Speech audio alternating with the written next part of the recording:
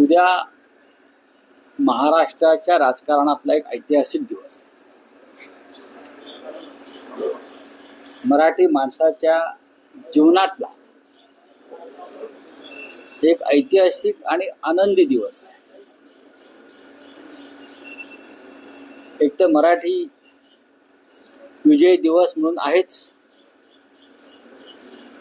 पण महाराष्ट्राच्या सामाजिक आणि राजकीय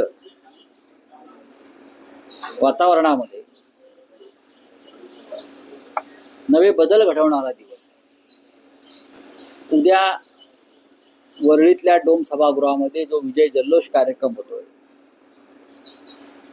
जेथे माननीय शिवसेना पक्षप्रमुख उद्धव ठाकरे आणि मनसे प्रमुख राज ठाकरे एकत्र उपस्थित राहतील आणि ज्याची या महाराष्ट्राला प्रचंड उत्सुकता आहे.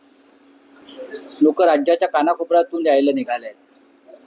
त्या संपूर्ण कार्यक्रमाची तयारी शिवसेना आणि मनसेचे नेते, पदाधिकारी, कार्यकर्ते एकत्रित तयारी करतायत. आज सुद्धा आम्ही तिकडे जाणार आहोत सगळे, आणि उद्या साधारण सकाळी 11 वाजल्यापासून हा जल्लोषाचा कार्यक्रम सुरू होईल.